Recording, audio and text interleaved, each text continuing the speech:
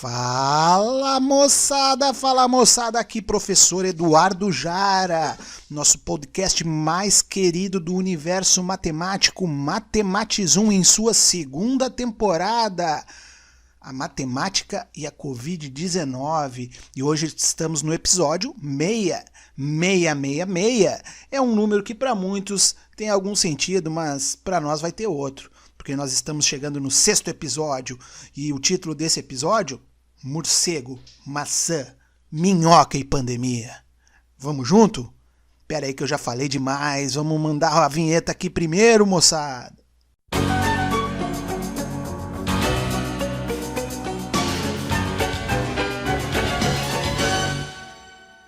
Eita, que coisa linda, cara. Eu não sei se vocês fazem a dancinha aí também, mas eu não me controlo.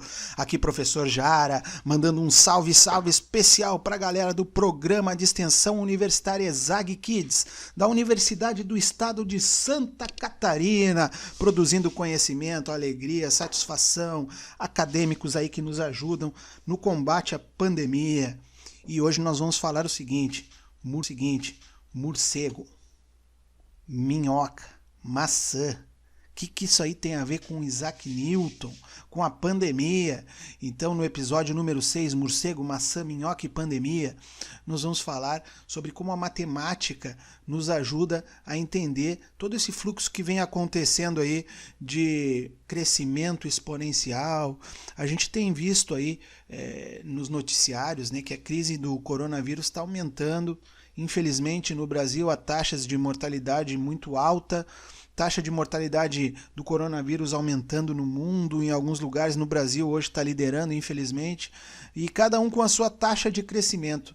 E é sobre isso que eu queria falar um pouquinho hoje aqui. Nosso podcast hoje vai falar da taxa de crescimento do número de casos, taxa de mortalidade, taxa disso, taxa daquilo que toda hora aparece aí nos noticiários. E isso tem uma ligação muito grande com a matemática, porque todas essas taxas são baseadas em números, os números podem ser representados em gráficos. Para quem está acompanhando aí os noticiários, está vendo toda hora, todo dia, né, semanalmente informando aí os gráficos, a taxa média de variação e tal. Ao acompanhar aqueles gráficos, é importante saber que, matematicamente falando, a gente consegue criar funções matemáticas que vão se assemelhar àqueles gráficos. Aqueles gráficos que a gente vê, normalmente colocam lá barrinha, sobe e desce a barrinha e tal, colunas verticais. O que acontece ali se eu fosse fazer um modelo matemático? Eu podia criar uma linha que fosse suavemente passar pelas pontas daquelas barrinhas verticais, e aí se comporia ali uma linha sem picos, uma linha suave, sobe, desce. Claro que não ia dar para passar em todos os pontos, mas a gente ia poder se aproximar muito bem. Isso podia ser feito, por exemplo, a partir de um polinômio. Polinômio é uma função que envolve lá a variável x elevada a um expoente inteiro, A0 x na n, mais A1 x na n menos 1, mais 3 pontinhos, AN menos 1x mais AN. Eu podia fazer uma descrição aqui mais assustadora de um polinômio, mas quando vocês trabalham lá, por exemplo, a parábola x², ali eu já tenho um polinômio, ax² mais bx mais c, aquela fórmula de Bhaskara, vocês estão encontrando as raízes de um polinômio. Pois bem, eu posso aproximar essas curvas a partir de uma função polinomial. E claro, dependendo do número de sobe e desce que eu quero fazer nessa voltinha aí, maior vai ser a potência que eu vou colocar nesse meu polinômio. Por exemplo, o x², ele vai ter só uma concavidade, para cima ou para baixo. O x³ pode ter duas concavidades. O x² pode ser, por exemplo, se a gente fosse modelar lá um camelo, a corcunda ali do camelo, né, e que vai sobe e desce, imagina ali que a gente vai então fazer o contorno do perfil de um camelo, que vão ter duas concavidades ali viradas para baixo. À medida que eu estou subindo o primeiro calombo lá do camelo, ele vai subindo a umas taxas cada vez menores, até chegar no topo da corcunda desse camelo aí, e nessa corcunda, nessa corcova, lá em cima eu vou ter Imagina que se a gente fosse colocar uma reta tangente a essa corcova do camelo, essa reta tangente ia ser horizontal ao plano do chão, onde tem as patas do camelo. E aí a gente diz que ele tem com uma taxa zero de crescimento. Então subiu na corcova, tem uma taxa inclinada. E aí quando chegou lá em cima, chegou numa taxa, uma reta tangente paralela ao chão com inclinação zero. E aí vai começar a descer essa corcova aí, começou a descer, então são taxas negativas. E chegou lá embaixo, no meio, entre as duas corcovas, tem uma corcova lá embaixo ali, como se fosse um U, que vai ser a taxa horizontal, mais um zero ali. E essas taxas, essa inclinação da reta tangente na corcova do camelo que eu estou falando, em termos matemáticos a gente chama isso de derivada. A derivada, ela nos dá a taxa de inclinação de uma reta tangente a uma curva. Então a gente estava falando num gráfico de crescimento. Esse gráfico de crescimento vão ter retas tangentes. E da onde que surgiu essa ideia de reta tangente? Quem bolou isso aí, moçada, foi um cara aí que foi chamado de Sir Isaac Newton. Não é fácil ser Sir, hein? Quem é Sir lá? O Paul McCartney, o John Lennon, né? Só as grandes feras aí, o Stephen Hawking não quis ser Sir. Ele pegou e mandou enfiar isso aí lá no buraco de minhoca.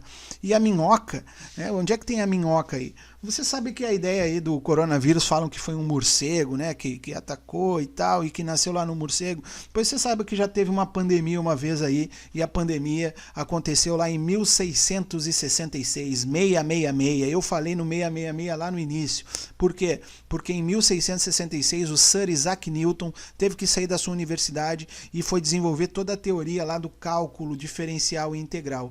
E o cálculo diferencial, ele teve a grande sacada quando ele foi comer uma maçã, porque ali onde ele morava é uma área de muita maçã, eles tomam cidra lá, muita cidra com maçã e tal, e comendo a maçã, lá de dentro saiu uma minhoquinha. E aquela maçã ali, ela tinha sido mordida por quê? Por um morcego. E dentro daquele mordida do morcego foi que a minhoquinha se criou ali. Então o morcego mordeu a maçã e lá de dentro saiu uma minhoca. E essa minhoca, o Newton ficou muito curioso. Ele não mordeu a maçã, tá? Ele não pegou lá a pandemia na época, lá ele não foi afetado pela peste negra. Mas ele viu a minhoquinha rebolando, cara. Rebolando ali na mão dele, porque ele botou na palma da mão aquela minhoquinha.